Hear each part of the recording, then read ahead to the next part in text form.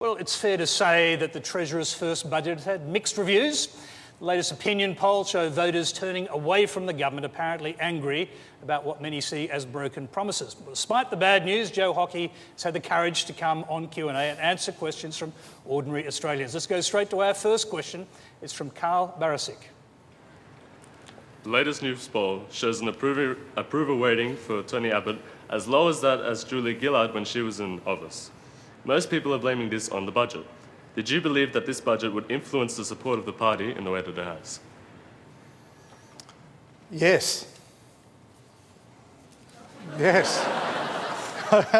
Of course it would, because we were making decisions, and we are making decisions that we believe are in the best interest of the country.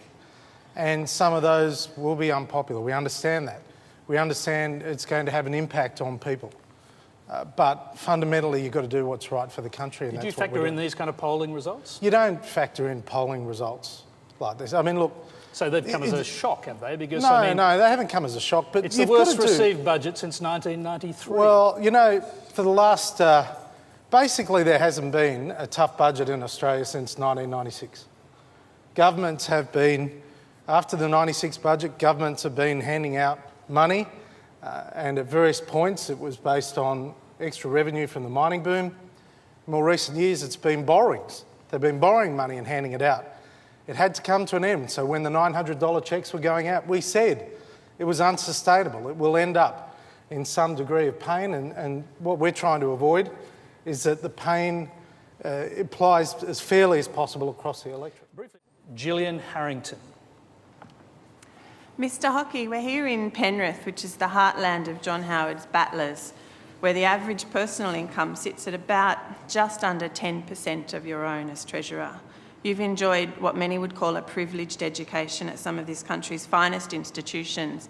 I'm really curious about how it is that you manage to stay in touch with what the reality of everyday life is like for the ordinary Australians to whom Tony refers.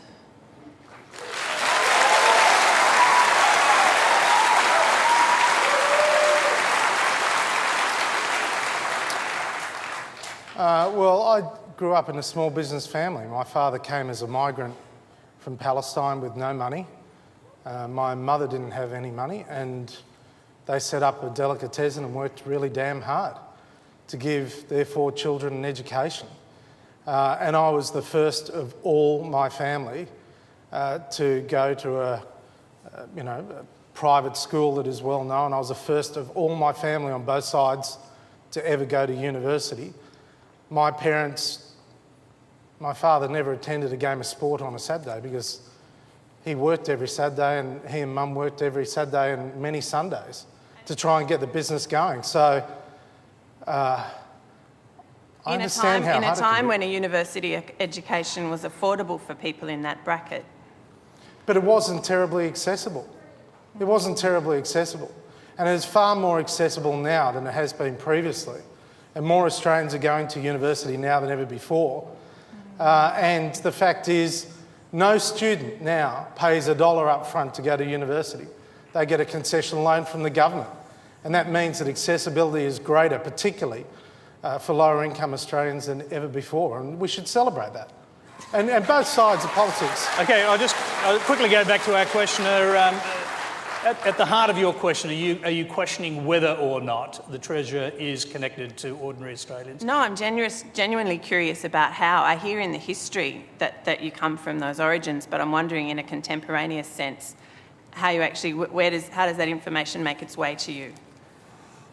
Well, the fundamental point is I know that only through hard work can you get ahead, and that you've got to give everyone the opportunity to lift. It's about equality of opportunity in Australia. That's what our nation is framed on. Equality of opportunity. Not necessarily equality of outcome, but you've got to give everyone the chance to be their best.